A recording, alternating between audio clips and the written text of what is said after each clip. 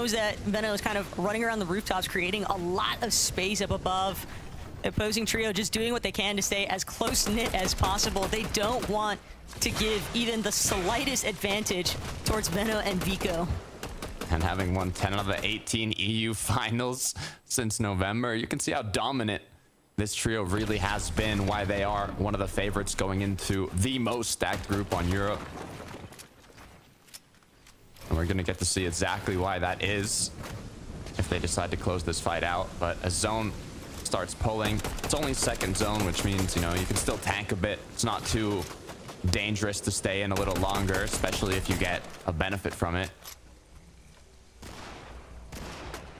The thing is, Vico, Veno, and Flixie, they kind of have all angles shut off. It doesn't really give a whole lot of wiggle room for 1UP's team to actually try and escape. I mean, 2 aerial perspectives, they're going to force them even further back, and they can continue to just try and lock them from entering on this edge of zone towards the northwest side of the map. But also, Vico still seemingly trying to make sure with these Oni TPs that he's keeping, again, just that general line of sight, does not want to let them go for free.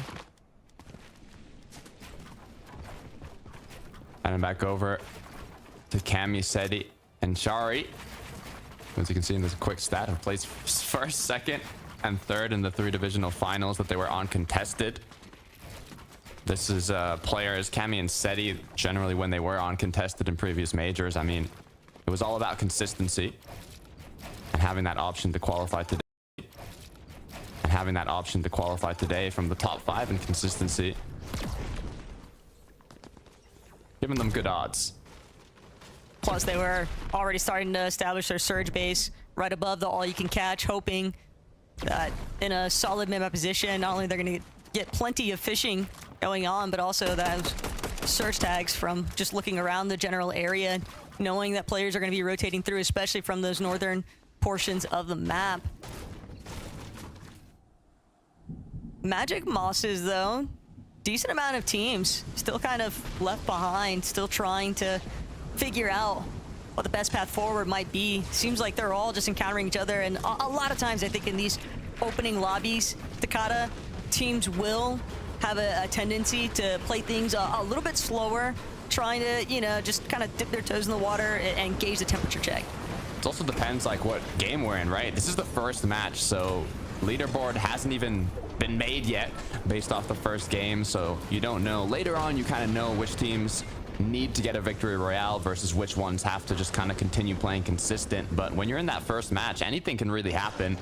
So everybody's just playing a little extra safe, not wanting to take those big fights. But who knows, maybe you have some trios that their game plan is literally to make sure they're as stacked as possible going into late game, even if it means taking those risks to try and have the highest odds of getting the victory royale. But Vico, Veno, and Flixie, they are still in zone trying to kind of take shots at these trios that have yet to rotate.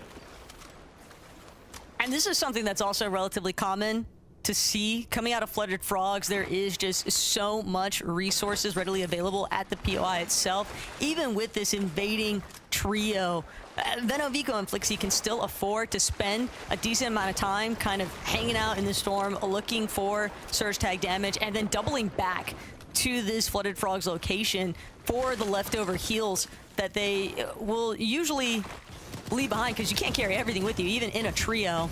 Right. But something else to consider after, you know, Queasy, Swizzy, and Mustache, it's a common concept that there's always the friendly level of competition. When you see Queasy qual immediately in that first lobby, actually hold that thought though. Veno in a spot of trouble.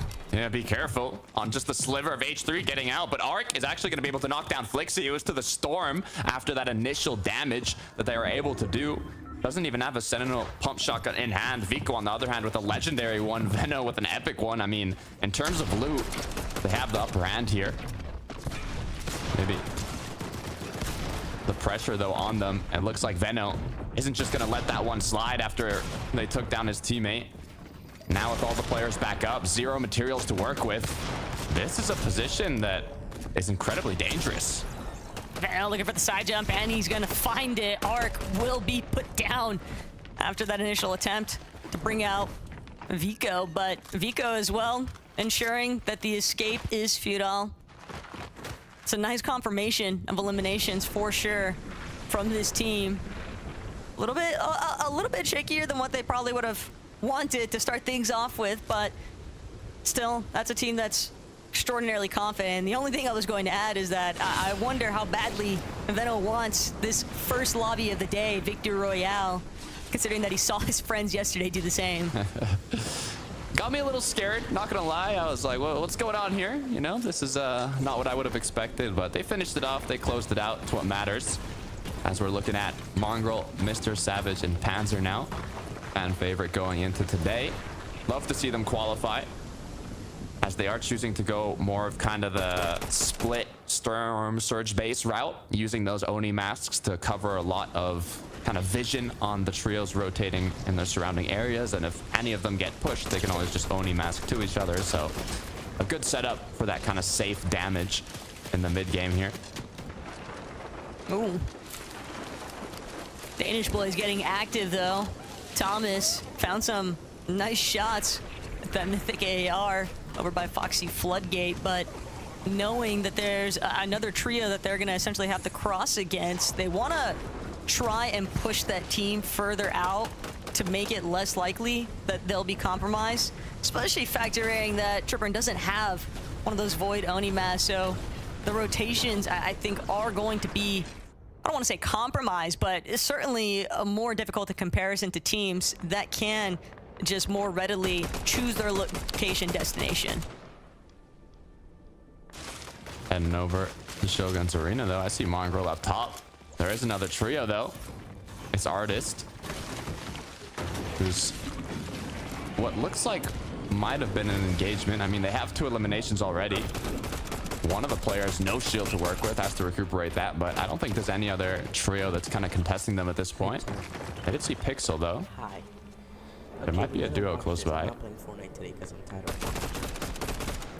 Can be super annoying though when you're trying to deal with the actual boss here at Shogun's Arena, and then there's just a player or two kind of hiding out on the top of this arena with you, but Artist seems to at least be wary of the mountain range in the background. That's probably going to be the biggest issue here, and it's Panzer who's actually surge basing up top, so when they actually look to try and take down that Shogun, they likely will also have to make sure that they're blocking off their perspective so that Panzer doesn't get any additional free surge tag damage on them. Worse still would be if they find like a knock or so and they can just offer a key circumstance. Focus though is gonna find a knock now. Looking to continue forward. Just good amount of damage. Out of the zone is the only issue. A lot of trios will be looking back at them when they try to rotate in, so they have to keep that in mind when continuing with this fight. Della incredibly low. Good news is Repsguard does have some chug splashes. They're gonna recuperate it and now hopefully go for some sort of a full push, whether it be shing-shinging through the box or anything that they can do to get in. As Focus using that Typhoon Blade just as you should. What? With just one player left, and they're gonna secure it. This is disgusting to witness sometimes, Takata. Just watching a player kind of barrel into somebody else's box with that Typhoon Blade, but I think most importantly there is that Repscar's team definitely needed more material. They were running incredibly low on their mat count despite having so much surge above the threshold. Meanwhile, you got teams like Skyjump who are kind of a little bit worse for Rayer. They definitely need slightly more damage, even with one good connection off of a pump shot. Only 14 above. You cannot be comfortable in these types of circumstances, and Shaco's fully understanding the kind of situation that they're in, trying to find even more surge tags where applicable, but they just keep dipping up and below, but with those surge tags coming through now to ADN, they might even just choose to hold Monzi's trio up above. It's always a difficult choice in these situations when there's, for example, here 7 players left needed to get eliminated for Storm Surge to no longer be active, and you only being 12, 13 damage above. It's just one AR tag, but sometimes you just can't get that AR tag and you just have to play a little bit more aggressive, which is exactly what Skyjump has decided. But the issue is there's a full trio looking at them right as they get into zone. as they get triple sprayed, knocked down, eliminated. And now Twy is going to go on in to clean it up. They literally had several different trios kind of staring them down from that position. They'd been about as lobbied as you can get at this stage of the game, and even these separate team players now breaking off from that exchange, recognizing, hey, we weren't the team to actually collect those elims, so we're just gonna prioritize our position now towards that next zone. Shamoki trying to give a little bit of backup here for Toos, but they have been spotted out by some teams, as well as the teams that are kind of sitting up on top of Shogun's Arena. Yeah, 283 below is not a position you want to be in, as now they're going to be forced to play a bit more aggressive. We have Ego, known as Short, as well, alongside Toos and Shamoki. This is a trio that has 3 FNCS titles. The experience is there, but it looks like they're having difficulties getting damage, now having lost a teammate as well. Toos and Shamoki playing as a duo. The pressure continues to stay on them. You can even look bottom right at the minimap how many trios are in the surrounding areas. Toos goes down as well, and Shamoki is going to fall shortly after. This has just become such a cluster. Snaz not even going to get the chance here, but Jakey, ADN, and Michael seemingly going to be the ones to get the better end of this exchange, although it does appear as though it's just Jakey and Michael left standing. All 3 of those teams got stuck against each other when they were initially dealing with Momsy. And Della continuing to keep the aggression going. Strong years. Valorious not going to be able to finish off the elimination onto Revscar. That's a big double revive pickup now, and most importantly still, this trio has a really solid mat count, really solid amount of damage, and looking like they might get a chance to approach from a dead side, but they have to be wary of the team that's still trailing just a little bit in front of them. Oh yeah, no, this is huge. 6 eliminations now with the resources. They're going to go full around the edge of the storm here. No need to go through the middle, as they can kind of try and wrap themselves around to the dead side. Like you mentioned, it's just about kind of doing so, making the uses of the Oni mask, even though you kind of want to save a bit of them for late game. So I have good faith for Revscar in this trio here. We'll see if we end up taking a look at them later, but so far the trio's inside of the zone already. Paying walks, Malabuka are looking incredibly healthy as well.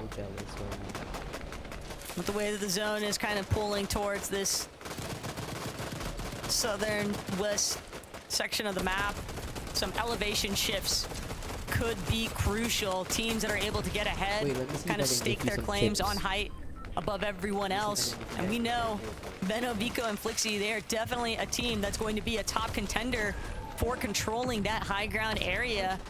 But as we scope things out over the mountain range surrounding Bird, a lot of these teams kind of approaching from somewhat dead side positions that could pose a real threat to whoever's trying to control height.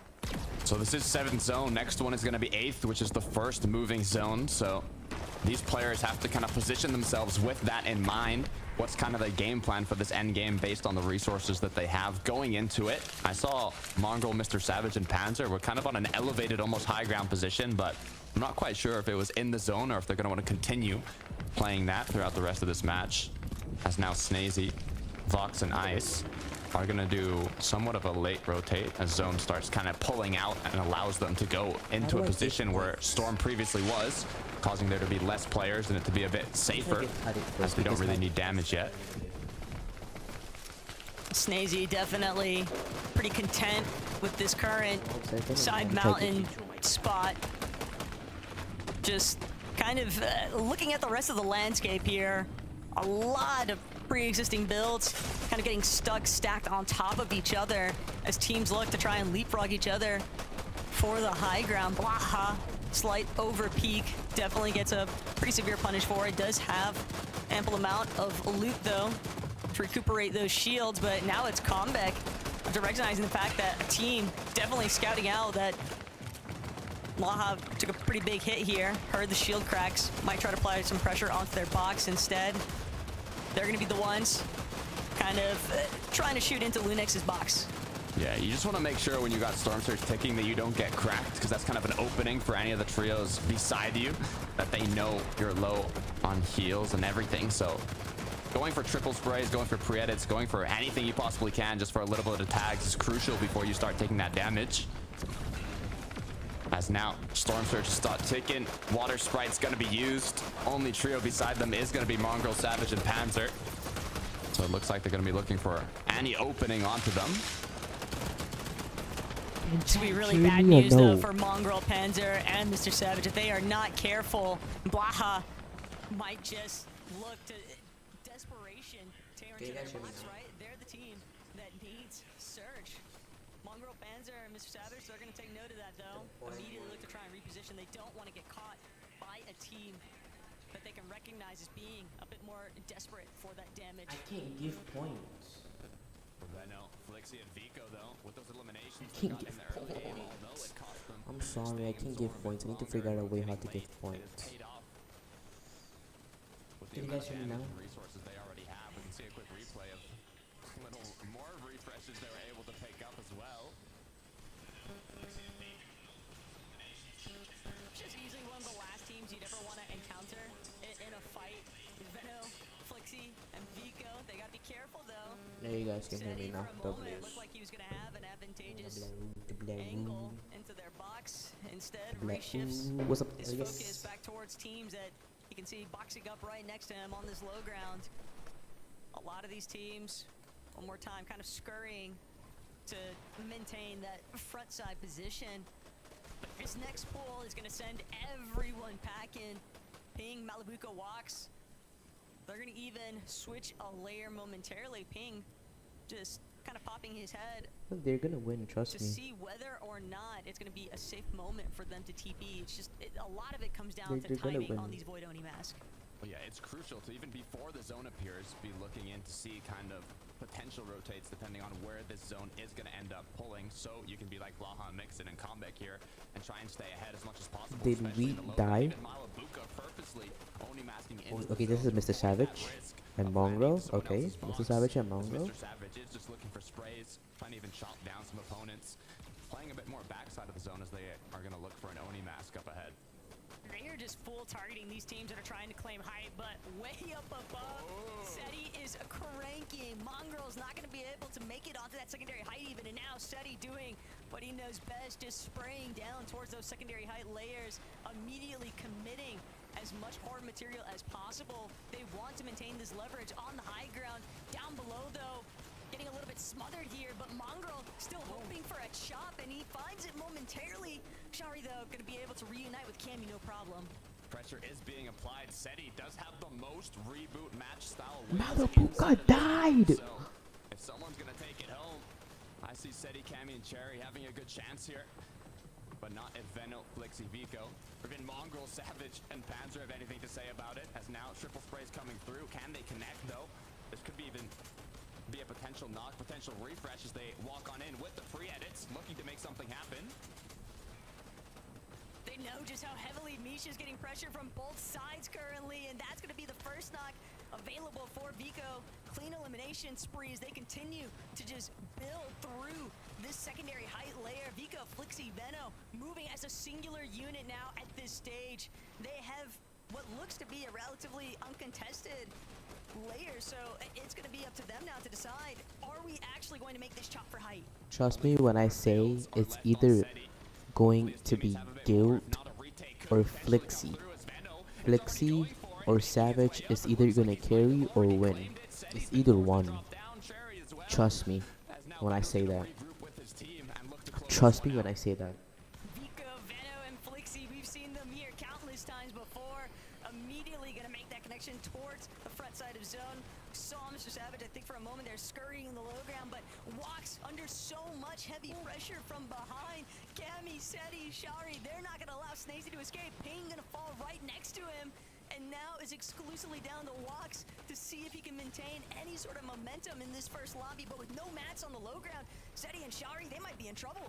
They got the Siphon refresh as Mr. Savage with just 10 HP, one tick left. The Oni mask back into zone and taking out Flixie in the process, but up is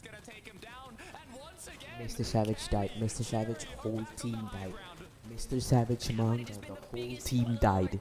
GG's. I told you it's either gonna be Vico. It's either gonna be Vico. It has to be Vico. It's gonna be Vico. Trust me when I say it's gonna be Vico.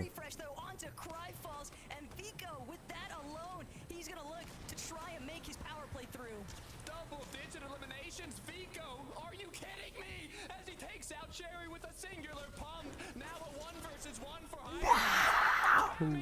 But he goes down as well as Vico gets dropped down and eliminated in the end. Finn, what did we even just witness? Vico said if it's not gonna be me, it's not gonna be you either, Poland. That was devastating for Cammy, Seti, and Shari. The way that Vico just L's in the chat. L's in the chat. What's up, Paula? L's in the chat. Kudos to One Up and his team for just making sure to avoid the L's heat in of the the action there, Takai, chat. because it played out for a victory royale here. Look, it looked for a second like the show was on Cammy's team, on Veno's team, but in the end, Cantry, Finnick, and Up Okay, who were won? the trio that just got No, one we quick gotta pump change, we shot gotta to change finish everything. it off and take home that victory royale. GG's, What man. a way to close it out. Like, I need a bit why of time to refresh my mind, voting Talco, so chess? let's go right back over to the desk. Frankie, Mini, Levin, what just happened? Wait. I Match. feel like everything One happened, guys. Great out cast to of- start us off. Thank you so much. That was How many matches are incredible. there? I feel like One Up was How like, many matches are there? look over there. At Vico. 5? He's going for everything. We're just going to take this 5 victory match? royale from under their noses. I mean, I don't we know. could talk about Vico, Venom, and Flixie all day, but I let's don't know talk how many first, matches are there. obviously, I'm dumb. about our victory royale winners, I am 11. dumb. Was it simply a case of patience for these guys? This I'm gonna game make was absolute cinema. Absolute cinema. Cantry, Fincheck, and Upple were literally the team that Veno, Vico, and Flixie were fighting in the early game, right? Those guys land Okay, right match to the one. wrestling. We started this game watching those two teams battle it out, and it's the team who, in most Okay, occasions, meaning group most people would say 3-1, is the group underdog three, team, the team you're group not three. expecting to win out against Group the big 3-1. dogs of Veno, Flixie, Vico. Okay, They're the ones that predictions. win the game, Group and they take 3-1. down Vico to do it. It was just beautiful. We had so Group- many top teams, but no. this team on the low ground is so Group underrated. Their form has been 3-1. incredible in recent weeks, Mini. They're one of the teams that's been winning the First most games in match. sort of the play-ins and different stages of tournaments. They're a team that, you know, not many people maybe have them on their radar. But if you're looking at the leaderboards, they've been climbing and climbing and climbing, and now they get to be in the Major One finals. They're taking down top teams. I am so excited to see the future for this trio. Yeah, and you have to be a really solid team to be holding your own in How many fights. matches are there? I don't early know. game against Vico, Vena, I and don't know how Flixie, of many course, and matches make it are to there. that stage of I'm the not game. gonna And then, as you mentioned, they fought them again Listen, right if there I at the am end, going all to go to courtesy sleep, of that I'll big just keep my high ground stream on battle until the that we morning. saw between two of our And then I'll Titan switch teams it in off, lobby. or what Nice to see time a before that low-ground matters. victory as I'm well. not We gonna haven't really sleep seen now. much I'm of gonna those watch across like the 2 course or 3 of more the matches, group okay? stages. So nice to see those I'm gonna guys watch still like 2 or staying 3 more alive as a matches. So trio, thank you so much for all the there at subs the and the end. But praise. what I a game appreciate for those everything. guys. What a start Okay, to their, 2 in the to chat. their season, I guess, to their Predict. grand total, to their I'm from finals. It's gonna Indonesia. be What's up, an MOBA? incredible watch for them next Predict week. who's gonna Yeah, win. guys, I Go to your really Twitch couldn't streams put it right better now. Go myself, watch and who's because it's not my job, participating it's in your the job as FNTS. analysts. Whoever These boys, wins they and didn't whoever even gets it leave right, the high ground to book themselves a spot in the Major One finals. We'll be talking about the I'll rest do of the something. lobby, however, I'll after this short break. I will do So don't go something anywhere. amazing. Okay, trust me. It's day 1. Coming up, match 2. Currently watching. Okay, match 2 in 2 minutes. Okay, we got 2 minutes. 2 minutes and 45 seconds. Who do you think it's gonna win? Who do you think it's gonna win? How many matches are there? How many matches? Okay. This is the lobby, okay? Lobby list. Huh? I act like I know stuff, but then I don't know anything. How many matches are there? How many matches are there, chat? Okay, wait. Format 2025. I got it right. Okay, so we have this group stage, last chance, and major finals. We're gonna watch everything. In this channel, starting from today, we're gonna watch every single FNTS match. Okay? We got match 2. Group 3 are starting up first with a timer of 1 minute and 40 seconds left. We have match 2 coming up. Match 2 coming up, and I have to change my title. Change the title of what I wrote. Match 2. Okay? Match 2 now. Hopefully we win. I mean, hopefully. I'm not gonna win anything. If you guys are enjoying this freaking FNTS live stream, make sure to hit that sub right now. Be sure to hit that sub and watch my new YouTube short. It includes my moderator Hadit. Alright, let's listen to what they're saying.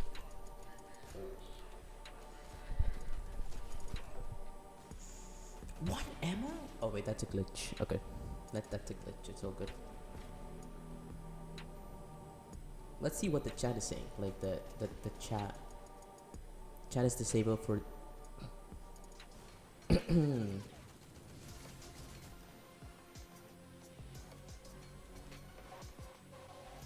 Oh god, I like this FNTS song.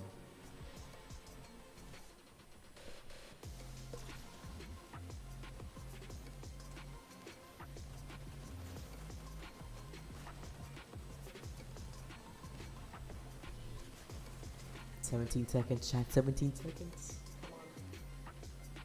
13, 12, 11, 10, 9, 8, 7, 6, 5, 4, 3, 2, 1. Yeah. Hello and welcome back to FNCS. Welcome back. Now, if you have just joined us, you missed an incredible victory royale from Cantree, Finchek and Uppal.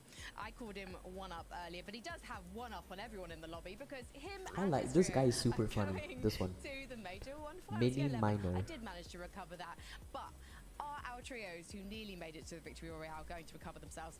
Obviously they There's are, two because they're more the minutes heavy till the second hitters in match. this lobby. We're talking Vico, Veno, Flixie, Cami, Seti, Chari, and I going to the feel second like match. we've got to start at the end by talking about Vico in particular, because it was a fantastic Mr. game from Savage, start to finish Mongo, for and this trio. Panther are 6th But place. Vico at the end was going absolutely wild. I think he had 6 or 7 eliminations to his name in those final moments, and the others had already grabbed 8 between them. Mini minor, it was ridiculous. I'm rooting for this is Vico. textbook stuff from this Vico trio. is gonna Go win for those next pre-edits. match. So often we see them Wait, pump died. the walls, making sure to get Died. those weak, getting those eliminations as much as they can, and we can see it in action right here. This elimination was actually the key catalyst for them to actually go ahead and try and take height. Vico's gonna A win massive next one, refresh trust me. onto Misho Vico, right there, and all those materials Veno, they tried to use to take height, and here we can Flixie are see them gonna doing win. it. And I thought at this moment, right, perfectly played, really nicely done. They got the refresh, they've taken the high ground of Cami and Seti, who couldn't have the They got materials robbed, to man. They hold got onto it. really robbed. He And I was doing thought, so what's going good. on? Why are they dropping down? But of course, they did run out of materials here at this crucial moment, Lemon. Yeah, they're gonna It go was for so it. They're gonna good. spend Oh too my many mats God. that way. I mean, it was an interesting game, right? Because you sort of have these guys ramping up, Cami and Seti ramping up, and it sort of felt like the story of the game was those two towards the end, right? And then Vico with this huge sort of clutch here. Again, in any other format, right? You know, you're looking at this and you're like, this is crazy. And of course, in this No format, way, consistency through counts, the but you still wall? expect these guys to eventually win a game. Vico ballistic with that medallion in hand, right? Ballistic Nobody can with see him, that nobody can touch him. medallion. He's so smooth. I think when you look at that team and Cami and Seti's teams, you just thought one of them was going to win the game, right? If you watched yesterday, EU and NA, we had the two biggest teams in those heats, sort of just, or in those groups, win the first game. We had Queasy. What is Mr. Savage doing? You thought it was going to be the same here today for a second, but Oh, in he the end, is another team still- still two angry. great He games is from Cami, Seti, angry. and, you know, Veno, Vico, and Flixie as well. Levin, do you think that as an IGL, Veno just kind of leans back in his chair and goes, "Go Vico, go," and that's the call, and that's when we see the magic? I think if he does that, it probably helps, right? Because, you know, if you don't know much about Vico, he's a great player, but he's a player that relies till the on match. being confident, right? When his teammates are gassing him and 40 glazing him, as the seconds. kids say nowadays, eh? You know, he feels confident, he hits every shot, right? And if you can keep playing that way, they're going to eventually win one of these games. So I don't think Veno is quite doing that, but it would help probably. So Seti, Cami, and Chari, they established the high ground from zone 9. Feels pretty sensible, but Did they lose this victory royale because of that resource mismanagement? Did they actually over-egg the pudding a little bit early and spend all their mats misguidedly, should we say, Minnie?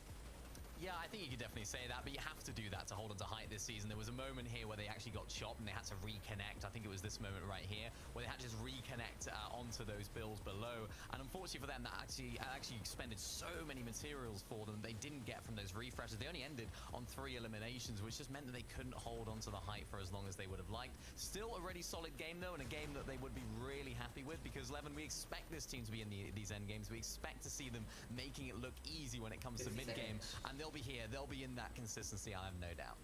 Yeah, I think both of these teams just looked at each other at different points in the endgame and went, you guys ain't got nothing on height, we're gonna take it up. You know what I mean? Like, both of them didn't really have mats, but like, I come in and say, look up and they're like, those guys look weak, let's just take it ourselves.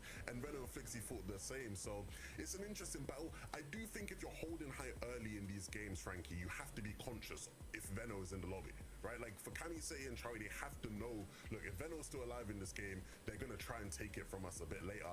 We need mats going forward. So again, there's mind games you have to sort of think about with such good teams in the lobby. That's why this Heat group is so intense, because there's so many good teams. Do you think that the tactic for Kamisei and Chariot is to try and qualify primarily through a victory royale? I know that sounds like a stupid question, because obviously if you're going for the victory royale, you're going for the end games, you're hopefully going to rack up those consistency points. But given the fact, Mini-Minder, they only got 3 eliminations and they're not necessarily a high fragging trio or weren't a high fragging duo, yeah, is the VR the thing that's really on their brains here?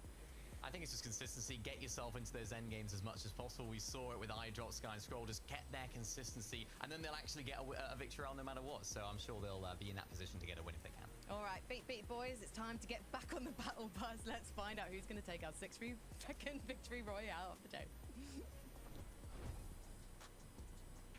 Yeah, thanks so much, Frankie, 11, and Mini-Miner. But Takada, way I'm looking at it, especially after that Game 1 performance, everybody just wants to get the Victor Royale in, and doesn't necessarily have to be elimination heavy to do it either. But super excited for Uppel and his team and what they have in store for us for the Major 1 Finals. Definitely looking forward, though, to seeing what Game 2 has for us right now. Game 2, Game 2, Game 2, Game 2. Based on last game, that was looking like a major finals, Taco. I'm not gonna lie. With the names that were up, battling it out in those final moments, I could not be more excited for this second match of Group 3. This is the last group competing to try and take it home to the major finals. Only opportunity after this is the last chance, where only 3 trios will make it through, so everything is basically on the line for the players competing here today. I'm so excited, though. I mean, it really does get like your blood pumping when you watch instances like that, my God, that from Vico, fast? just knowing how much more of those types of moments might be in store for us. Clownski, Goodenbree, and Moneymaker, aka the Popular Kid. And a little bit of combat here at Whiffy Wharf. They're hoping to not whiff any of their shots, though. They want to just capitalize on this fight, but Goodenbree bit off a little bit more than he could chew here. Clownski gonna hope that he can back him up. 1 finish onto Arc to start things off with here, but Clownski knows right now that the prioritization has got to just be on making sure it's a full trio yet again. So the double revive is good. Moneymaker now gonna see if he can take down Rickbord, but launchpad getaway for the time being. Yeah, what's interesting here is Clown in the Game 1 got third-partied by Vico. Watch Veno, my edit, Flixie, guys. and I believe they took a bit longer to take this early game engagement. So Vico, Veno, Flixie saw it in the feed as they were already finished with their loop path and heading on over, which kind of allowed them to successfully third-party. So seeing they took this fight quicker is good, but another fight that's breaking out. Shimoki, Toos, and Sure, known as Ego in game, looks to, I want to say, be going in their favor, but you have to be careful as Shimoki's left with just 17 HP. Does get the knock, though. Barrels are going to be used to recuperate a bit of that fallen health, as now it looks like it's a 2 versus 1. Did it. The loot just looks so chopped for both sides here, though. While they're caught up in this initial battle, unfortunately, a third party is going to roll up, and Alo's team, this is a very similar strategy to what we saw from them in Game 1. And sure he knows this is very problematic here. They don't really have much of anything left from that initial fight, much less to deal with a fully fresh trio. Veek now kind of wandering on in, saying, what's going on? What's all the commotion? Was there like some sort of party I wasn't invited to? As more eliminations get shown in the feed, sure has gone down. As now it's even more dangerous for the third party here, chasing down the remaining player. This is definitely looking relatively clean, though, if you are Veek's trio, and SKW does find the finishing blow to this whole exchange, but another third party. Revscar, Focus, and Della wasted no time moving in from Rolling Blossoms Farm. They could probably hear this commotion from meters away, so they knew it would just be a lot easier for them to take advantage of some of those high hills leading into the POI. Focus gets a decent shot onto Vexy, not enough to bring him down just yet, though. But Veek, same story can't be said here. That is a solid elimination that Revscar, Focus, and Della can claim. Shot's going to continue from afar as Della with another knock. After this one, though, I think it's probably going to be about it for now. 42 points on the board already. Being only the second match, it's still not going to kind of cause changes in playstyle, I would say, because you still have an opportunity to qualify through consistency, even if you're at 0 points going into this match. So maybe just see a little bit more aggression compared to the first game now that, you know, the players are a bit more locked in, nerves out of the way. Although, I say nerves, the players competing here are some of the most experienced trios in Fortnite competitive, so they're used to this. As a quick replay comes through. Some of If these you teams, want to though, play, you have to probably be. wishing that they didn't have to look.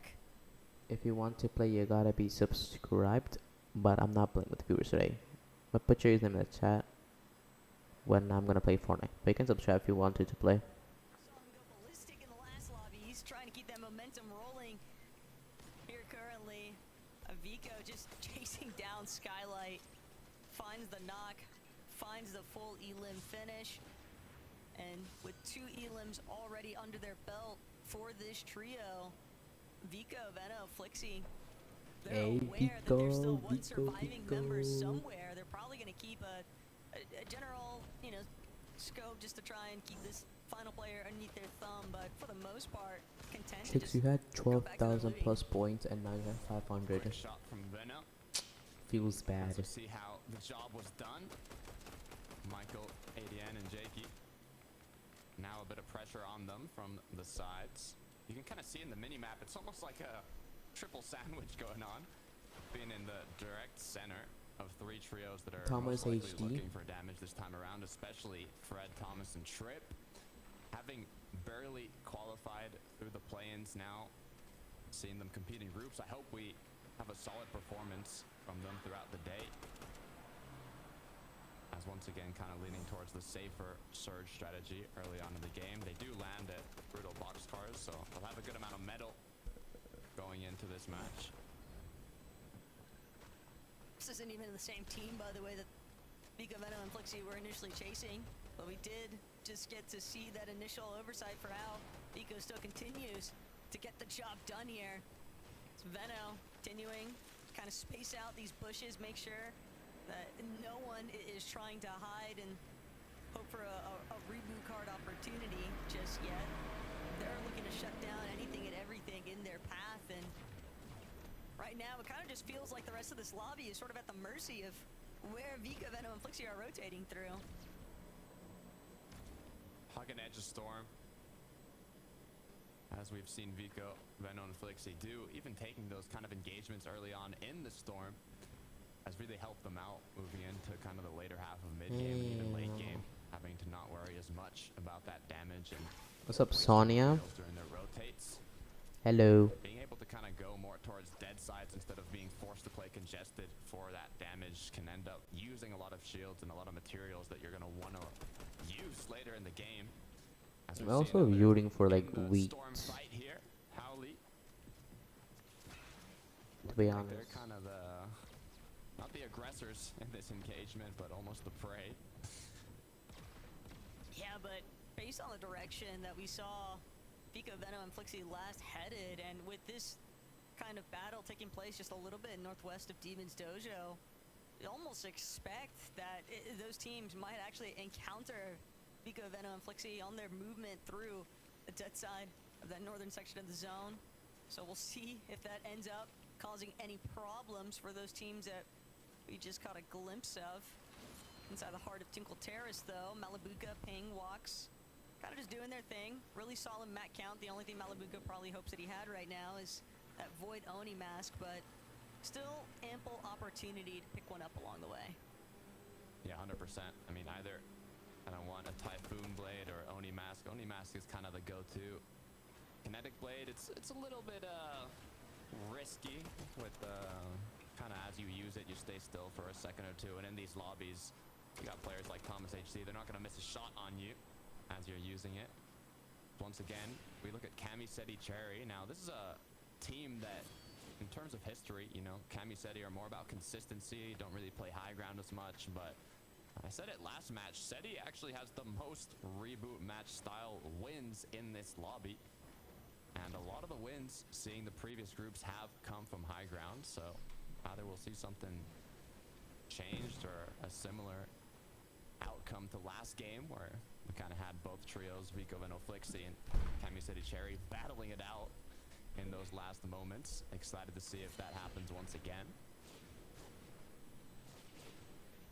Main takeaway for me, though, Takata, is just the fact that Camiseti and Shari, they might, if they are such a consistent team, a lot of teams might take notice of the fact that they love to just surge base up at that all-you-can-catch station, and a team from Night Shift Forest could maybe hope for an opportunity to try and pick one of them off whenever they go for a material refresh, while the other two are slightly more separated inside the surge base. Those repetitive habits can definitely work out in a team's favor, especially one with as much experience as like Camiseti and Shari, but it can also work against them. We've definitely seen them have struggles in past competitions with those types of outcomes. Yeah, I mean, especially if they don't have the Oni masks, it's going to make it that much more difficult than if you have a Oni trio kind mask of is playing a little hiding game. We saw such it an against, advantage. Group 1 maybe, where a player was behind a Such an tree, just kind of advantage. waiting it out. Issue with those kind of waiting games is time is everything. In these high-tier lobbies in Fortnite competitive, you know, you have your early game It's where you an need to root up advantage as much for, as like, the possible. You need to get as Oni much mats, you masks. need to get as much damage, and the more time you're kind of just crouched behind a door, a tree, in a bush, waiting for one of the opposing teams to rotate is, you know, time you're losing on getting valuable resources. But it can pay off if you end up getting a refresh. You just have to kind of know when to stop. Hey guys, watch. I'm gonna go do something. Just outside of Seaport City, Nella and Focus kind of taking separate angles. Revscar are gonna opt to play from as like kind of the ground soldier here. Nice little review of what took place for combat. Clean elimination. Always love to see those.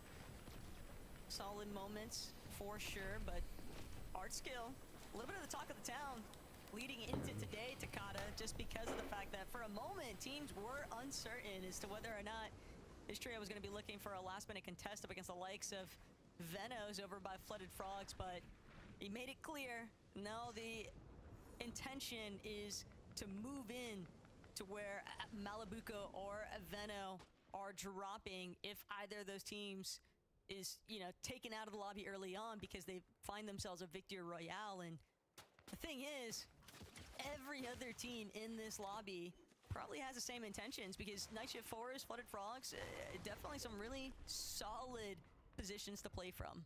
Yeah, I wonder if it's going to work, though, because normally, you know, everybody knows that if a trio that's uncontested qualifies, that drop spot won't have anyone. But if someone kind of like pre-calls saying, hey, if this trio qualifies, I'm going there 100%. Like, you know you're going to get contested in that drop spot. So I wonder if it's going to work out for Art Skill. Time will tell if we see either Malibuca's trio or Veno's trio qualify. I'm kind of curious to see how that pans out. But back over to Clown alongside Gutenbreet. Looking to see if they can maybe take home this kind of out of zone engagement. This has just been rough, though, for Zaro's team. Ark, Rikbor, forced to just try and scramble, see if they can make something out of nothing. They had just gone for the reboot because that encounter earlier that Rickboard's team had with Veno, Flixie, and Vico is the reason why they had to go for a reboot play on Zara in the first place. And now Moneymaker looking to continue just shutting down their dreams of keeping this Lobby 2 run alive. D4 lurking in the low ground. He just doesn't really have a whole lot of material, though, to go for a crazy lurk play here. Buy some time, hoping, but Ark just gonna get fully collapsed on while his teammate is trying to sit and hide. Yeah. Guden's gonna pick up that elimination shortly after Moneymaker. Gonna finish it off. I mean, they've already got 5 eliminations, even if they are far out into zone. It's only 4th zone. They're missing out on, you know, maybe going for the Shogun's Arena, Rift Island, but the good news is Storm isn't taking that much yet. They have a lot of time to get back, won't use a lot of shields or materials, and it looks like over at the Rift Island on Shogun's Arena, we've got Veno, Flixie, and Vico trying to take down the boss while there's another trio on the opposite side. The other trio just looking like they wanted to lurk more than anything. Kind of just biding their time. Problem, though, Veno knows exactly where they are located. So they're going to wait and make sure that they have full control of where the Shogun is actually at. They're making sure to stay tightly grouped. That way, he's not going to be teleporting over to the other islands, for example. So just gives them pretty much that confirmation for securing the Shogun's medallion and whatnot. But teams just kind of implementing their own strategies along the way. And I think even reflecting back towards Moneymaker's trio just now, I mean, we saw them with Wharf with the fishing rod. Anytime you see a fishing rod in somebody's loadout, you know that they're gonna probably be set as far as resource utilization is concerned later on. Yeah, we see a lot of teams holding it further into the match as well, as you can see exactly how to make use of it. There's so many little kind of bodies of water, rivers that you can just fish in, farm those shield fish. As Ice, though, Vox has been knocked down, trying to find out where his teammate is. Are they going to be able to get him back up? As shots come in from the back, has to be careful. Looks like he wasn't even able to edit his cone there. As now they're kind of pinched in this tight situation. Not a lot of exits as they have to pickaxe out. Dandir is going to be the one aggressing in, finishing Vox off.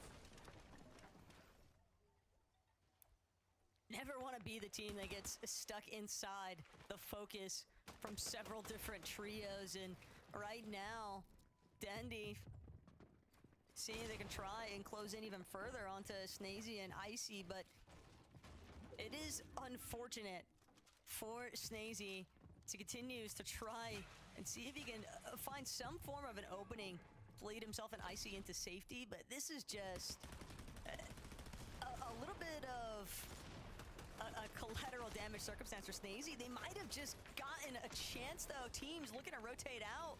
Instead, they're going to find themselves getting hunted. Skylight one more time. Saw it happen to him in the last lobby as well. Just unfortunately picked off when the rest of his team goes to make the rotate. Ooh, Onima's gonna come through as well. It looks like they want to maybe get a bit more damage here, possibly even open up an opportunity from his teammates further away to get some shots in. Only 74 above. You can't imagine that Ice is feeling too comfortable, but after that crack, gonna bump them up to 138. Yeah, at this point, they should probably just try to make sure that they find these last 2 eliminations. You already got the shield crack once. You know that there's going to be a third party lurking directly behind you. So close in on one side if you can. And Rekfiji makes the mistake thinking Snazy is going to be a prime target. Instead, Snazy going to be the one taking out Rek. Artem trying to see if he could go for the revive, but Icy's just too quick with it. Shuts that down, no problem. And what looked like a pretty grim situation initially for Snazy and Icy, they definitely just bought themselves a good chunk of time. Yeah, I don't know about that one. I mean, it was 5th zone going into 6th, so it was going to pull to one of the outer skirts of the zone. But still, like, either way, the odds are it could pull the opposite side of the map, and I think that's exactly what happened to that trio that aggressed into the zone, so I'm not sure what they needed, but clearly it was something if they took that fight. As Artist now is going to be doing the same here, trying to finish a solo that's running, but Vic is going to get taken down. Second elimination for Artist in this match. Now recuperating a bit of those materials as we look at Flixie, who almost lost Vico, but after already having 5 eliminations as a trio, taking out one, the other one's knocked. I believe this could already be a 3 versus 1. And just like that, they cleaned up the trio. And that's the problem with trying to make a Lurk Island play up against a trio like Veno, Vico, and Flixie. Maybe if you're lucky enough to get to the top of the Shogun's Arena before such a powerhouse trio like these three have a chance to kind of spot you out in advance, Takata, but the problem is they didn't have a way to get off of the island once they were already stuck up there, because you know Veno, Vico, Flixie, they are never going to let those guys escape. Yeah. Especially after kind of poking at them while they were trying to take down the Shogun boss, like that little annoying mosquito you find at 3 a.m. But they got the job done. As we're back over to Artist, 43 above. On the edge of the zone, this is the congested side. You can see the amount of trios that are around here. Could be good or bad depending on which trio you are. When you're so low in terms of damage, it's actually not a bad place to be. A lot of options to do so, but it's always risky ones, as Cryfalls has been cracked. Now trying to disengage as his teammates back him up. Sandguild looking to see if he can get a bit more tags, but already 406 above. They're not in desperate need of anything. Sandguild, though, gonna look to maybe take advantage of catching somebody off guard. Triple pump attempt onto the floor. Granted, doesn't reveal anything just yet, but Sandguild knows there's definitely another trio or two way too close to their current vicinity.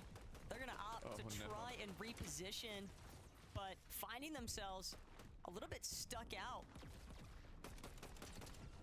It's going to be a tough rotate from this point into zone, Takata. So many teams just based up on higher positions, trying to shoot at them as they go.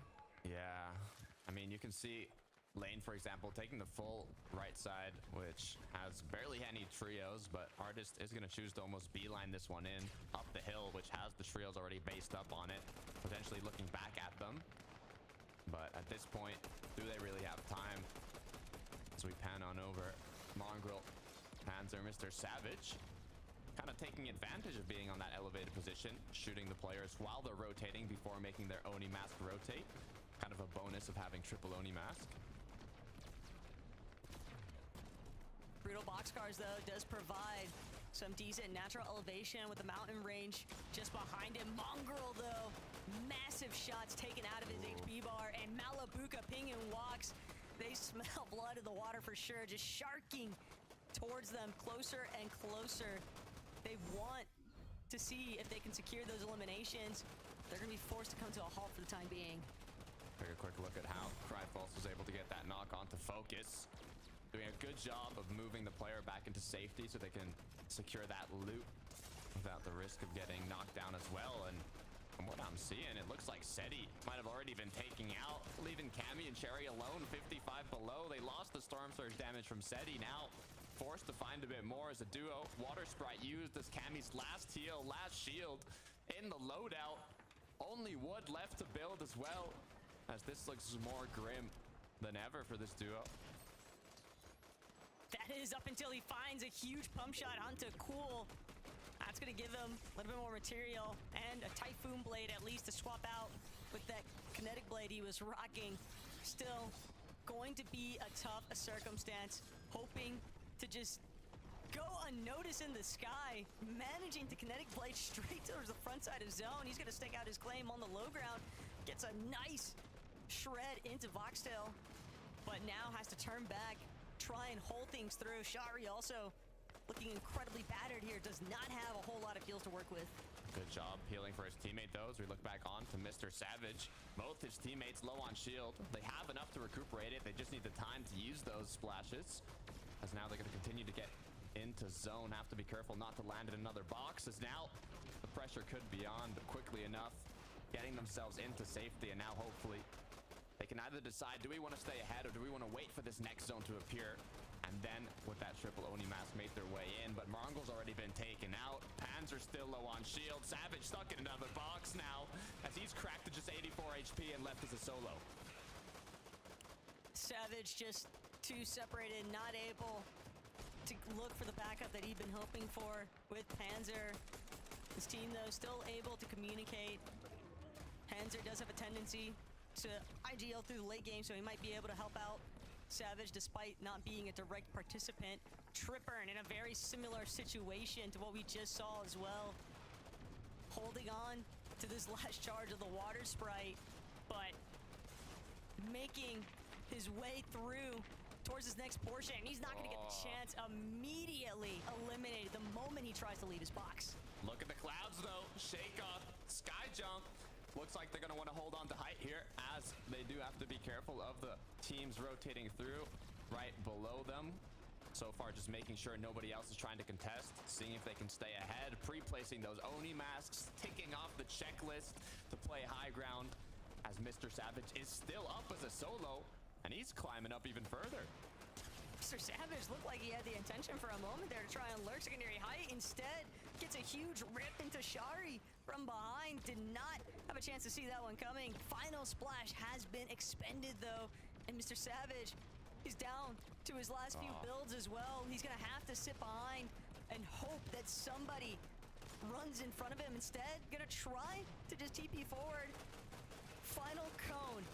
And that is all that separates him from being lobbied here. Yeah, the zone pulled opposite side to where Mr. Savage was. Unlucky pull, but as a solo, you do want to ride the back of the wave as high ground has been chopped down.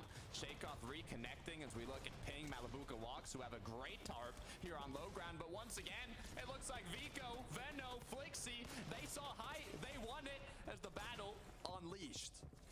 Vico, though, getting a little bit clipped from the side. Veno gonna back him up. Momsy seeming to be the one to try and shut him down, but instead, Flixie going to ultimately help them secure the height. But wait, Vico, he's been taken out. Shoga's medallion now belongs to Momsy instead. And with Skyjump having just recently been knocked, it's going to be only Flixie and Veno left up above.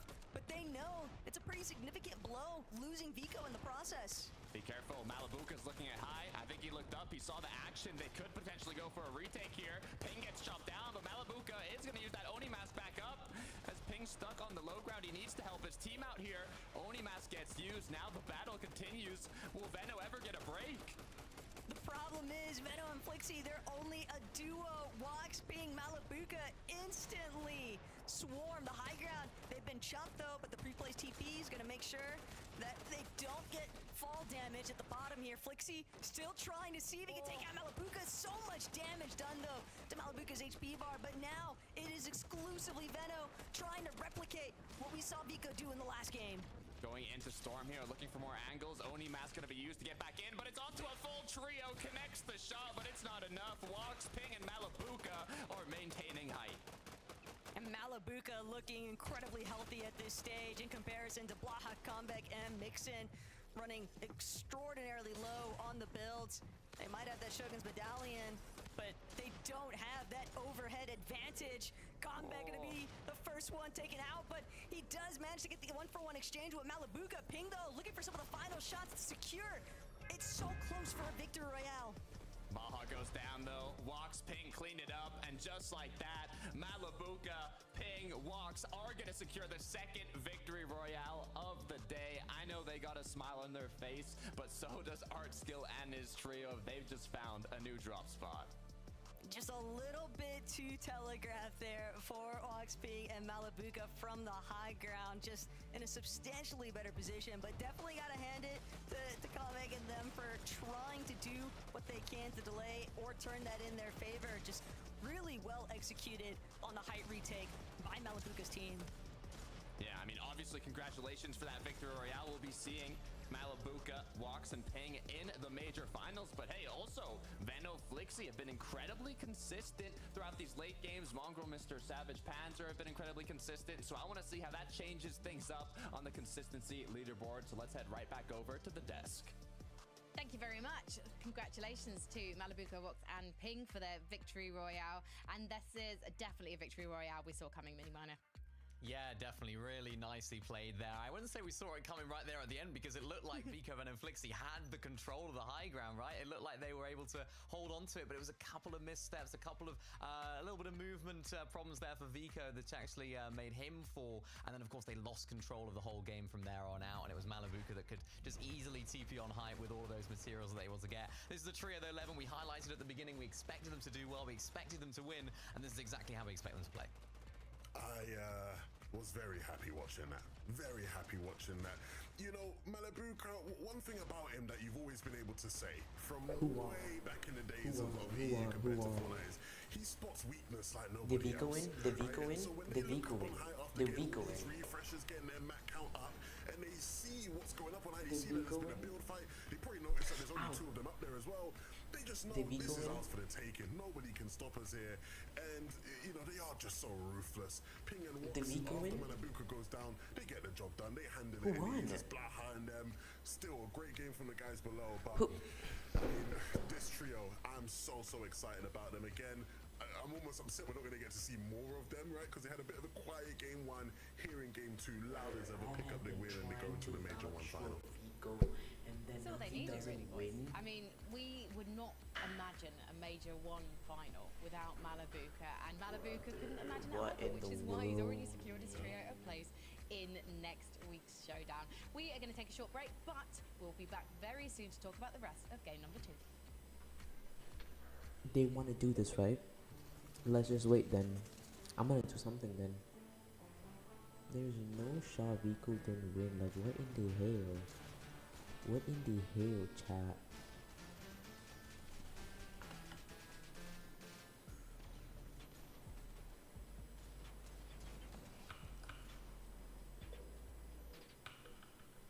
And yeah, watching that. You know, so when they look up on high after getting all these refreshers, getting their map count up, and they see no what's going on, they see way, that no there's been a build way. fight, they probably notice that there's Who only two won? of them Let me up there as see. well. They just Group know what? Group what won? behind them. Still a great game for Group the guys 3. below, but I mean, this trio, I'm so excited. Okay, you know what? I don't even think I'm doing this right. Give me 1 second. I'm gonna do something. I will talk to you guys in YouTube chat. Okay, I'm gonna just lay down. I'm gonna do something. I gotta to do something that's really I don't want to do, but you know, just gonna clean something. Cause I made a big mess. Jeez. I'll text you guys in YouTube chat. I want to gamble with you guys. I want to gamble with you guys. Trust me. I'm gonna gamble with you guys in chat. I'm gonna go to my account. Bye. Peace out. See you in chat.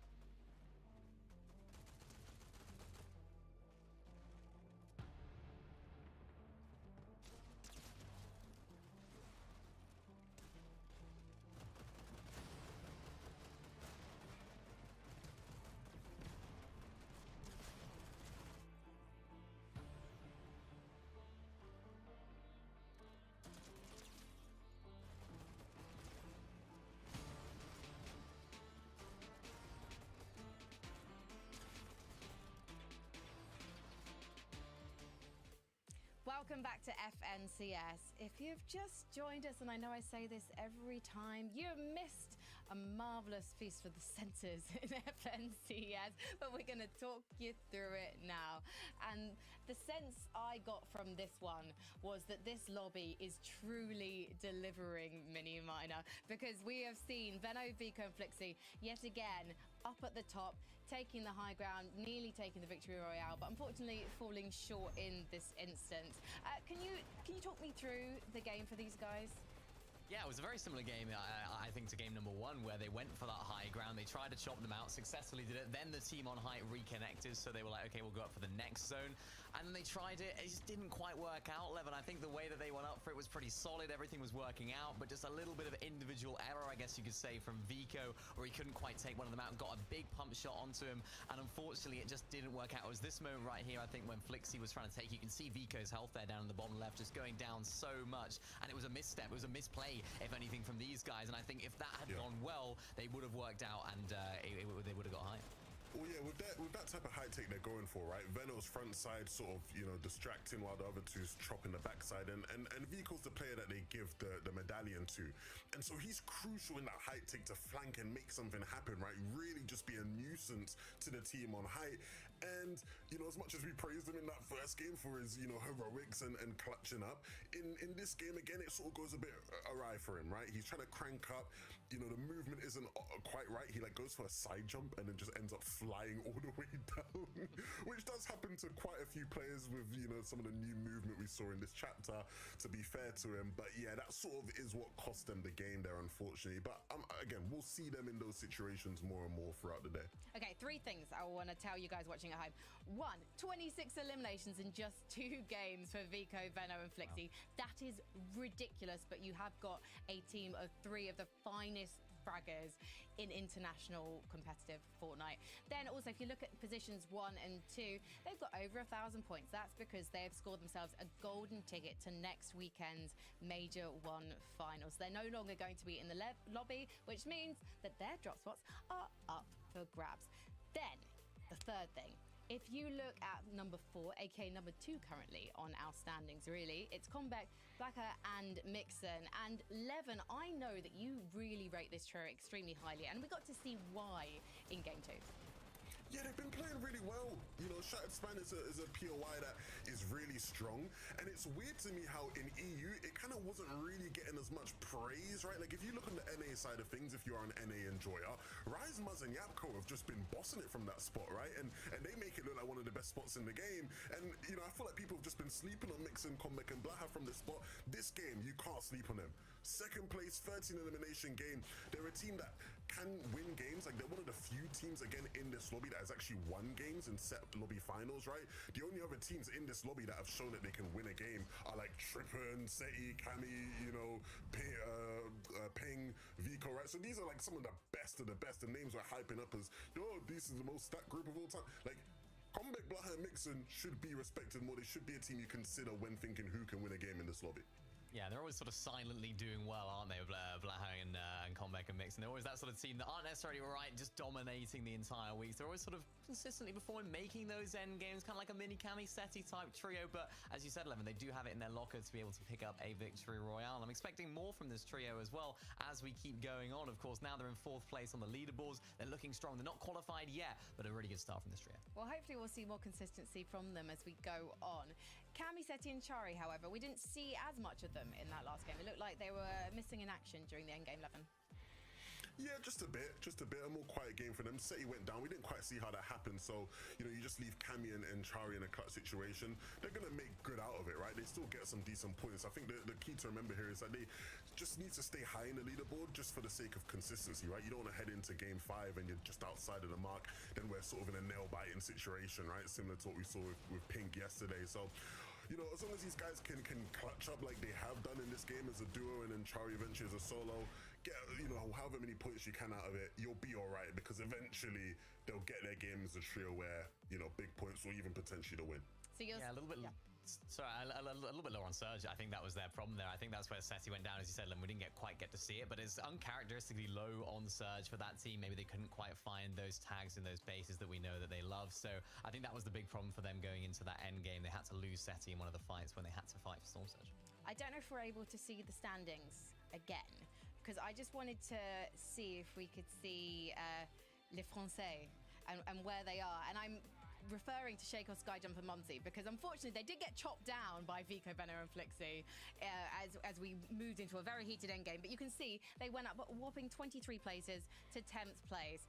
So they're making their names known. They want to make it through to the Major 1 finals. They want to get to the Fortnite Global Championship in Lyon in September. And bon chance to those guys as we head over to our casters, the best tagger and Takata for game number 3. Thank you, Frankie. Look, they're not the only trio that's right on that borderline, too, to qualify through consistency. Levin was talking about them. Cammy City Cherry, Mongrel, Mr. Savage Panzer. These are trios that are kind of on that borderline of consistency. So I'm curious to see how this changes up now, getting closer to what? You know, literally the halfway point of these 5 matches today.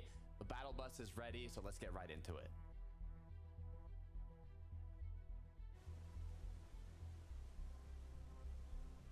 Big cheese in Takata because it's been a fun battle bus adventure so far throughout lobbies 1 and 2 here today, and with game 3 underway, essentially our halfway point of the 5 matches we'll be spectating here today.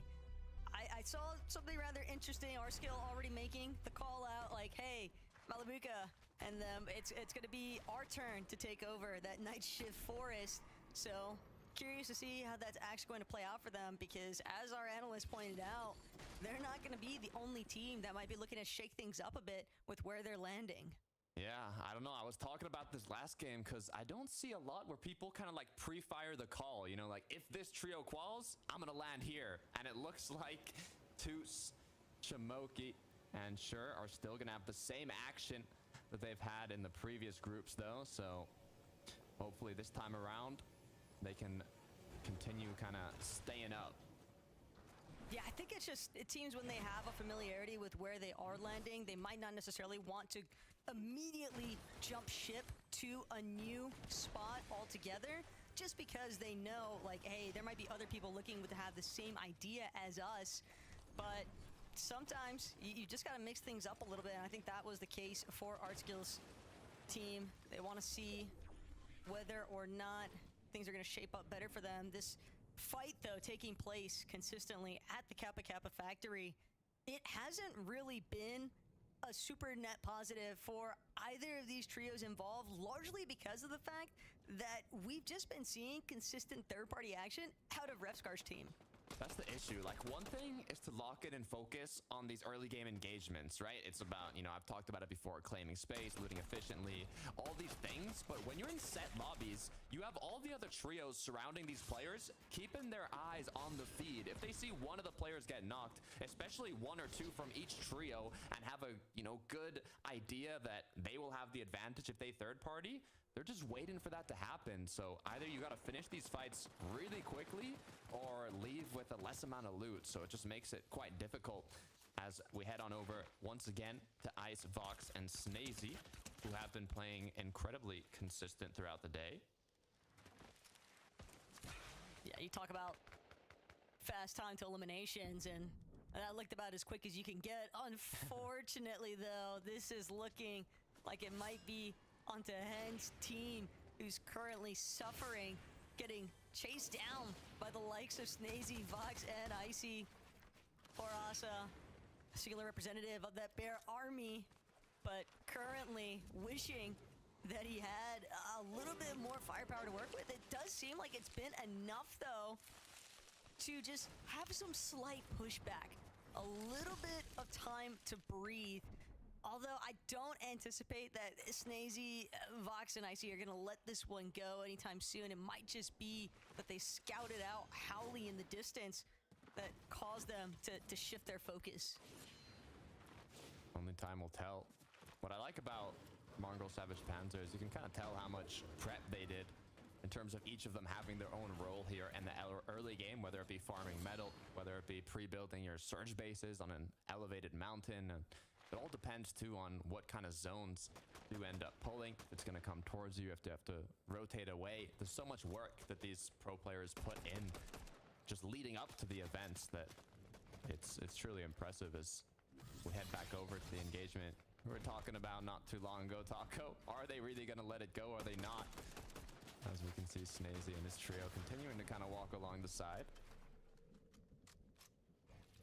But this is a new team entirely that they're currently trying to catch themselves off guard against. Is Snaz looking for a long shot Void TP just to set up, establish a different angle. His teammates can pressure from the front side there, and he'll just look for that side flank. Another trio, though. And I think the biggest problem as far as the play-ins were concerned for Thomas, Prodoxy, and Tripper, and I think that it's just been tough for them to re-establish their identity as a trio, especially with how much they've had to kind of shift their game plans as a response towards changes that they've been witnessing at their POIs. Yeah, I mean, this is the only group where we've had an uncontested box cards, though, to be fair. This is crazy. But look at this. Why, Jake, our Halo just kind of on the pursuit right now in the water, looking like Olympic swimmers as they continue to chase down this solo. I'm thinking, though, they don't have any eliminations. Where did they find this player? I don't know where this started, but the fact that we've even gotten to this stage, Takada, is insanity. Both of these trios setting themselves up to be third party if they're not careful, rolling in from that soccer stadium area. We saw Moneymaker's team having taken notice of them, and not the only trios looking to kind of shake things around. Vico, Veno, Flixie, Cammy, Seti, Shari, some big firing power in both, and clashing head on this early outside of Brutal Boxcars. That's not good, Taco. That is not good for our trio, Cammy, Seti, and Cherry, that was 7th place going into this match at 84 points. They were doing so well in terms of consistency, but having a match like that where you get potentially 0 points if they didn't have any eliminations, it's going to drop them down quite a bit on the leaderboard, and they're going to have to put on a performance for the last 2 matches today. But it's definitely possible, and if a trio is going to do it, it's going to be Cammy, Seti, Cherry. Almost makes you wonder if this is one of those circumstances where Veno, Vico, and Flixie, it's not going to be that it's like conflicting for them by any means to take out Seti, Cammy, and Shari, but more so holding down that mid-map position could be a big part of the reason why they would just want to try and set themselves up early for that Shogun's Arena.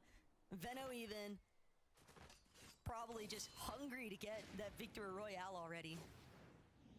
Yeah, I mean, they've been doing so well, constantly playing aggressive towards the high ground.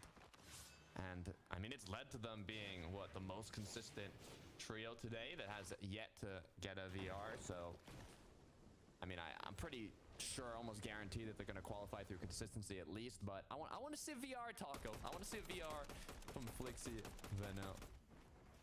And as we look over to Shimoki here, and Toos actually, they're doing a full corner map rotate and still have the fishing rods too. This is interesting. They're gonna have to fish at this point. They are just so far out in no man's land, and with 0 eliminations, that's not to say that it's impossible for their, you know, surge damage to be steady or at a level that they'd prefer, but something tells me that those early engagements that they got caught up in, Takada, has just completely thrown them for a loop in this lobby, and they're just looking to try and play the recovery tour now. Yeah, I mean, normally though, when you don't have a lot of damage, you don't want to take that fully uncongested side because you're just not going to see trios. You will conserve shields and mats from not getting shot at, but sometimes you want to see trios, right? You want openings for damage, so I'm wondering how much they've secured so far. But as we look back on Moneymaker, Gooden, and Clown, quite a few trios in the surrounding area, so they will have options for tags, seeing that they don't have a single elimination yet. Night Shift 4 is definitely picking up a little bit bigger population size than what some of these other teams in the area might feel comfortable once they take notice of it. Kyriak, Voltiax, and Cool, though, just hanging around, rotating through the sides of Pump Power and coming in from such an elevated position. They'll be able to spot out teams that are looking to also try and make that dead side rotating. Comeback, Mixon, Blaha sitting tight because they know they've got a team right next to them. And I'm not even sold that this is a fully we have to be stealthy maneuver. How long they've been waiting inside this building though, Takata? That's the real question. Well, what I do know is the aggression is going to come through, and this looks not like a soft fight. It looks like a full-on all or nothing. Mixon gets knocked down. On the contrary, though, they do take out. Sure, a 2 versus 2 is going to continue to play out as Comeback has been cracked. Blaha helping, almost taking out Twos, gets him. Now the 2v1. It's all up to Shimoki here. It's definitely a dire situation that Shimoki has been placed into. And it's not even one that he can feasibly escape from. He can hope that he gets this revive while the double revive is happening. But it's just so much longer in comparison to that double revive. Still finds success though. So Toos is brought back into the mix, but a couple of small fry and Comeback just continuing to try and apply some pressure here. Toos though doing a good job at just being able to bail out. Oh. Blaha turned upon immediately, and what looked like such a favorable situation, it's now still in Shimoki's court to potentially close this one out. 1v1 is what it's looking like, but the third party comes through. An absolute beam as now both trios are on the losing end. Mixon trying to get out, as it looks like Maffey here is just gonna kind of clean up all the extra loot. Even crazier still though, you can see teams off in the distance. Fredoxy kind of spotted out by his lonesome, wondering where the rest of his teammates are at. Clownski, Moneymaker, stuck in a little bit of a skirmish with Savage, Mongrel, and Panzer.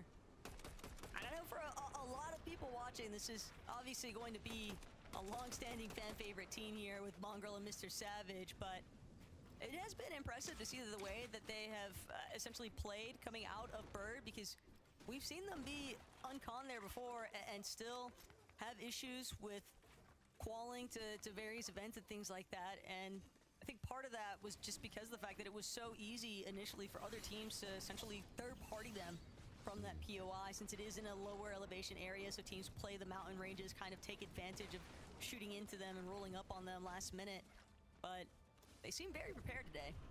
Yeah, I mean, even the last match, I think it was Savage that was left alone for quite a significant amount of time, clutching out those last points. So it has been an issue within, you know, teams that he's played with. They just have trouble staying all up together. But hopefully this time around, if in these last matches they can power through as a trio, I can see them definitely continuing on that kind of route to qualify through consistency.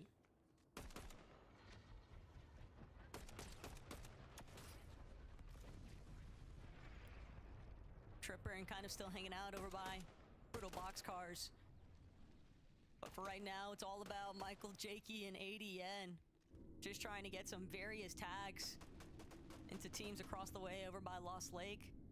I also like this mentality from ADN, just fish while you can. It's going to be a lot harder to find opportunities for this once that endgame starts to take place. Just so much chaos and teams kind of rolling over into your box. Wait a minute. I think Flixie has just been knocked down up on Shogun's arena, now causing Arc and his trio to potentially play a bit more aggressive. They go for the double res. Will it be enough time? As one player is holding the bills, the other is resing, and now it looks like Flixie has been brought up, but they've had a lot of situations, Taco, where it kind of gets a little too close for comfort here. That double revive is so quick though, and Vico, Veno, they might have just been more upset by the fact that they're being contested currently on Shogun's arena than anything else. Still willing to try and just tackle this boss up here.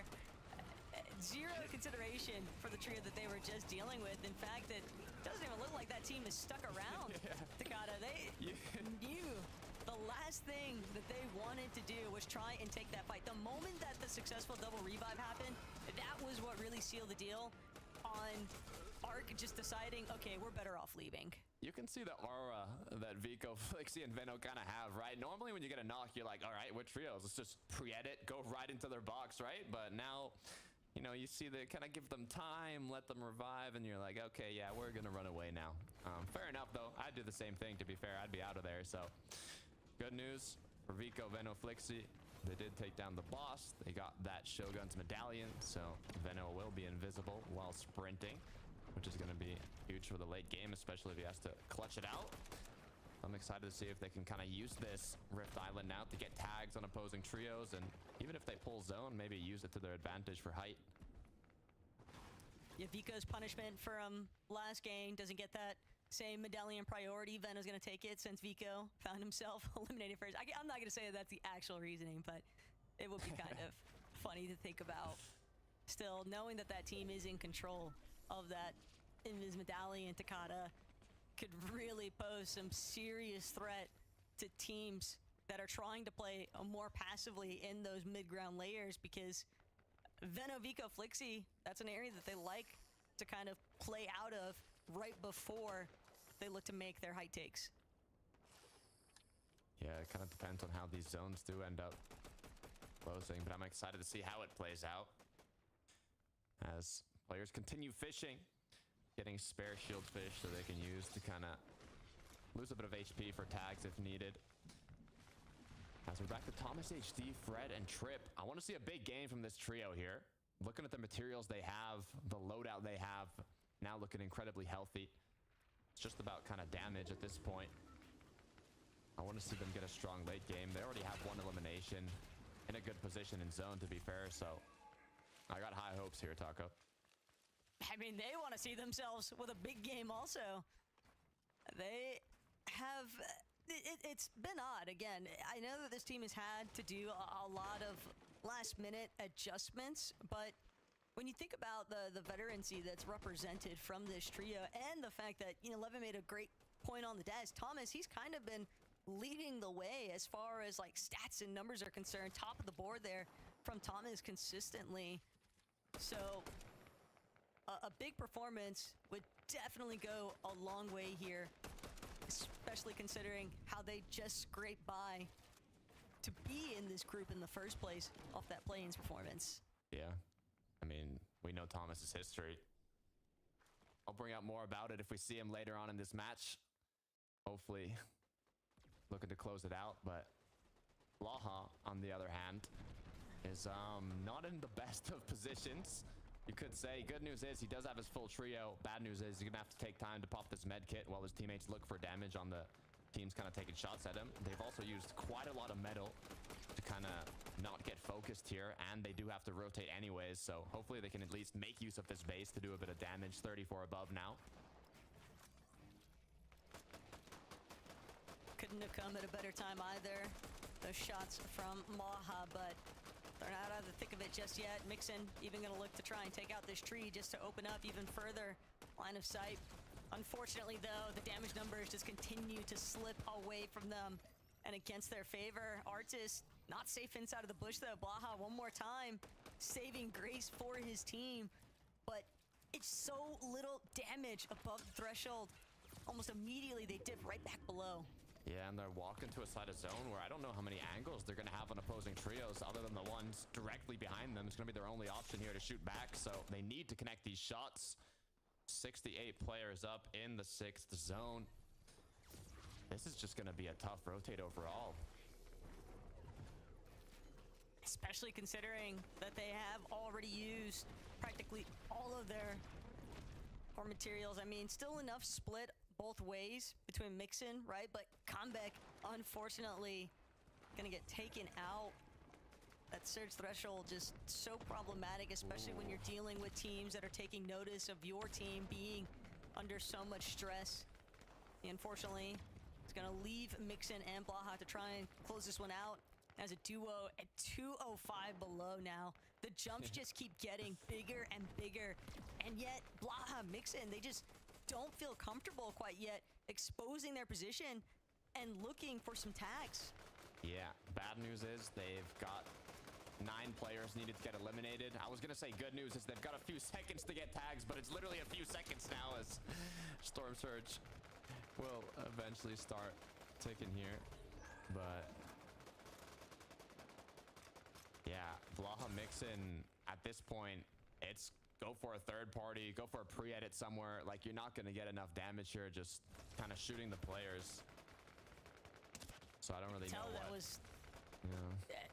yeah, the intent there was definitely to look for a third party up against Momsy's trio. It's just not going to come to fruition here. The final med kit being used now. This might just be the beginning of the end. Mixin even. It's not going to be Surge, but it might as well have been, because Skyjump and them just immediately pounce. Clean elimination. Now is going to draw more attention towards Blaha. Skyjump. Shakos just continuing to aggress into these walls here.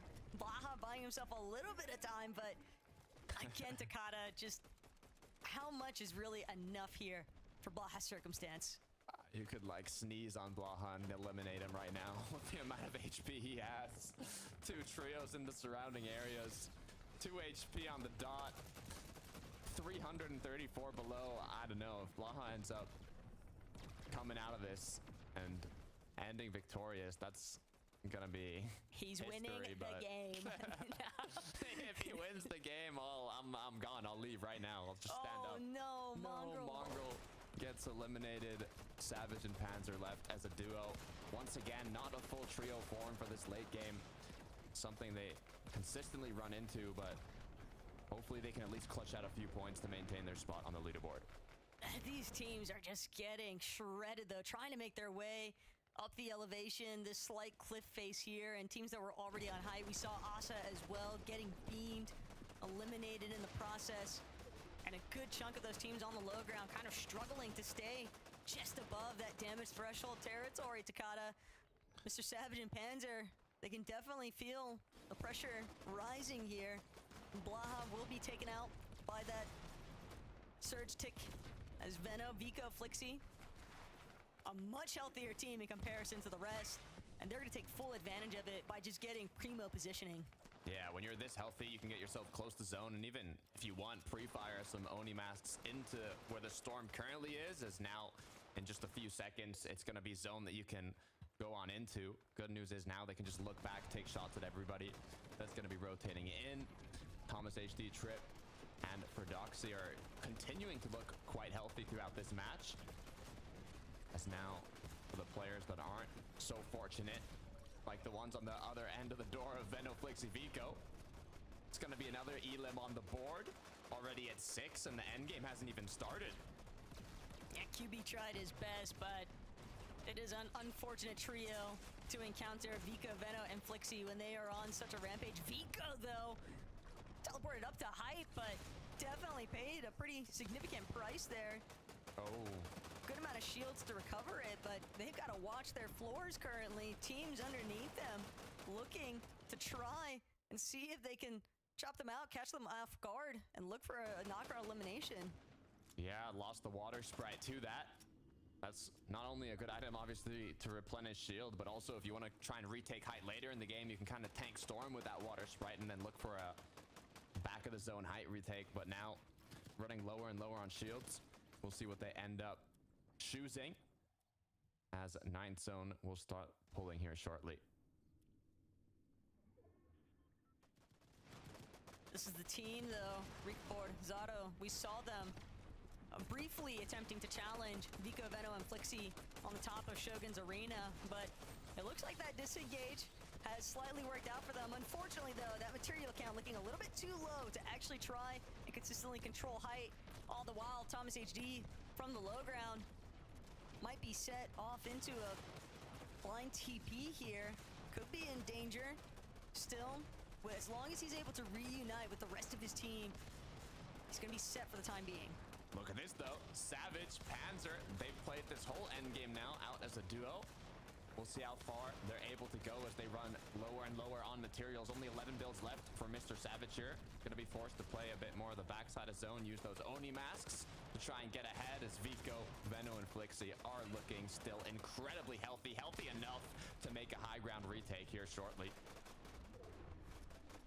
They are just so committed to staying about 1 or 2 layers above the low ground, fully tarping out so many of these boxes being claimed by them, that they're going to be able to look for height soon enough here.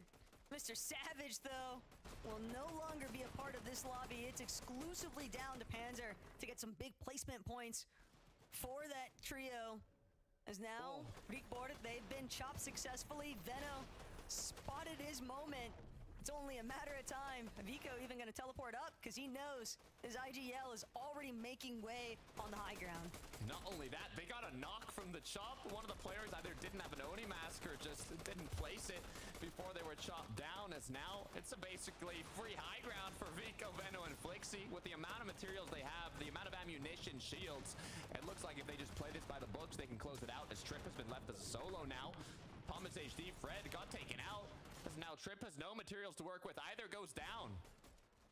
The biggest threat currently towards Vico, Veno, and Flixie from closing this one out is encountering other fully intact trios. That's why they're trying to play some disruptive factors here towards the low ground. But Veno, with that Shogun's medallion, just kind of diving every which way. Twy not going to stand a chance here. He'll be the first one to get knocked. Ovalo going to be next there from Vico. As now Jake Buka trying to do what he can to escape, but it's no good. Vico's got him in his sights. I'm looking at this trio. They're looking absolutely electric. Don't feed the beasts. They're hungry for eliminations. They're looking for more. But you got to be careful. Flixie has almost gone down. Gonna have to take a pause, recuperate that HP before they take the final battle. Might be against Della, Refsguard, and Focus. But Della just ate a massive chunk out of his shields. He's not healthy enough to continue this exchange. They're trying to just fully commit to the low ground play to make it where you can and hope that Veno doesn't spot them out anytime soon. But Veno, all he wants, all he needs is just a good connection shot off of the pump. Just wants to be as disruptive as possible towards the low ground. France still represented currently, though, with Skyjump down below. Quite a lot of trios playing it out, but now the battle of low ground comes through. Perfect opportunity for high ground to come on in, say hello. Shakeoff now deciding to play Edge of Storm here, trying to find an angle, a potential connection, but it is Flixie from the backside is gonna get that knock, as now Momsy's gonna fall shortly after, and it looks like it's a quick cleanup for Veno, Vico, and Flixie, but I don't want to speak too soon as Flixie goes down. Veno now left alone alongside Vico. It's looking like a 2 versus 1. This could go either way. But this should be Veno. Veno wants it so badly. Momsy gonna try and prevent him from connecting the shot. The mantle up turns against Veno, but Momsy can't face off with the big Vico, as Vico ensures that Veno himself and Flixie get this victory royale. That was a dicey ending, though, Takata. I was on the edge of my seat watching Vico, Veno, Flixie play that out after player going down to the last 1v1. Luckily enough, though, Vico was able to connect his shots and take home that victory royale to book themselves a golden ticket to the FNCS Major Finals. It's just the way that they ran in one after the other. For a moment, it looked like Momsy might actually be able to do it. But that is just the kind of backup firepower that Vico, Veno, and Flixie all entrust each other with. They knew from the moment that they took high ground that it was just going to come down to exclusively timing their engagements. Yeah, and I mean, Momsy and his trio, they were not too high on the consistency leaderboard. They were making their way up there, but now with that second place position, they're going to be healthier than ever. So let's head right back over to Frankie Levin Mini for them to break it down. Thank you so much. And Takata, you're absolutely right. Our French trio, they were in 10th position going into this game number 3, but now they're surely going to be looking higher. We'll be talking about that after the break. But right now, we have got to say sayonara to Veno, Vico, and Flixie because they booked their spot in the Major 1 finals next weekend. They are inevitable, and the writing was on the wall really from game number 1. Vico was absolutely on fire, and Levin, it's only fitting that he took that victory royale. Yeah, absolutely. But I think the key there was actually the switch up. We saw practically the exact same play in terms of going for the height take. You saw them sort of chopping things out. And in this game, instead of Vico being the one with the medallion, it was Veno. And I think it makes more sense. When I've spoken to these guys about that in the past, right, Vico feels more comfortable without it, and he'd rather Veno has it. And I think Veno's a better player with it. If you know Veno's playstyle, he's a bit more of that lurker style, right? He enjoys lurking, catching people out, finding good timings. And so a medallion that allows him to be invisible is just like busted, right? So yeah, I think that combination worked better. I will say, as much as they are inevitable, once they took height, it felt like no one was going to take it from them mini. It was close. I mean, they almost lost the 1v2. I don't want to, you know, down on their parade too much, but they definitely had me on the edge of my seat. Still though, a very good win. Can't wait to see these guys in the finals. Yeah, and it can be quite easy to do that when you're a trio. We saw it with Donnie's solo clutch in NA last weekend, where the trio just kind of went in one by one, isolated themselves as solos. With the way that Siphon works, the solo player can actually clutch up inside of the Storm, so it was very, very close for them. You're absolutely right, but what wasn't close is the fact that they're now qualified through to the Major 1 finals. They had an incredible day overall. It's been a third place, a second place, and now finally the victory royale. And yeah, I'm really impressed with this team. I think what they're able to do in these end games, the ability to bounce off each other, the ability to have the understanding of each other is really good. And it's interesting how they actually switched over to Vico having that medallion, because almost every single game that I'm seeing from them this season was with Veno with that medallion, with that invisibility coin. So now they've gone back to that sort of strategy. It seems to have worked out very well, and we don't get to see them anymore. Flooded Frogs is now open. Oh, well, it'll be very interesting to see if Artskill's going to be dropping there then as we head to game number 4. But before we can do that, we've got to take a short break. A biento.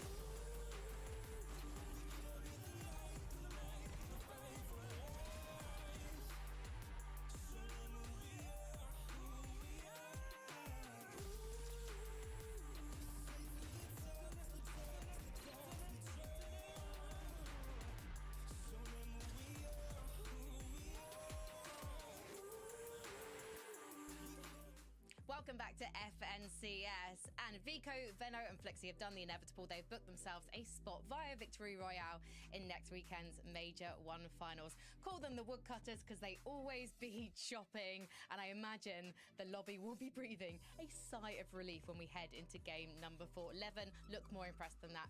Please, I beg you. I need this job. I have a family.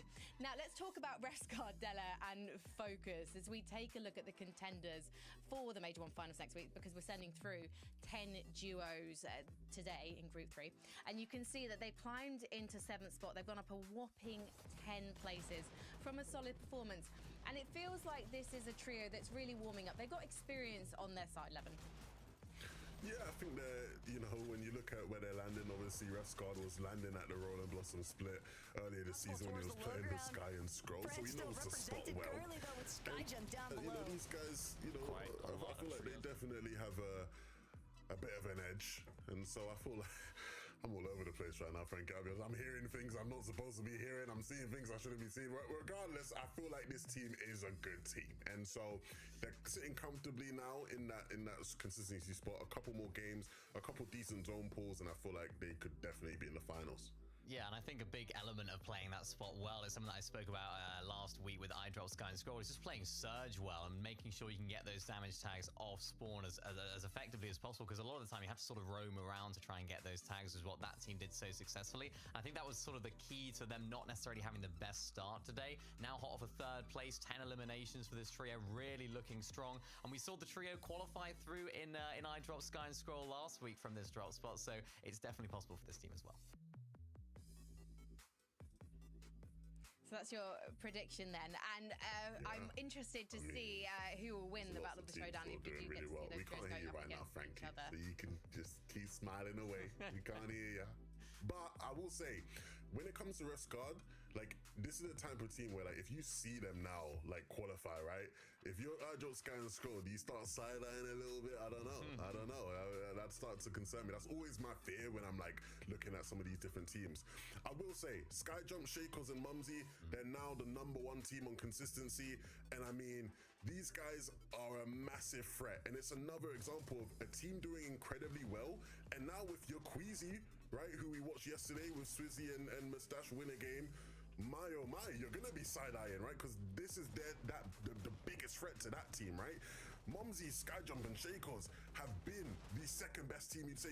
Maybe French fans would argue they've been the best team, right, from Seaport this season. So if these guys keep doing well in qualifying, which I do expect them to do, I thought they were gonna win a game at some point. Mumsy definitely felt like he was gonna make that happen, and he's really like the spark in this team, right? Because Shakos and Skyjump, very experienced French players we've seen for many seasons. Mumsy's the new console GOAT who's burst onto the scene and giving them incredible firepower.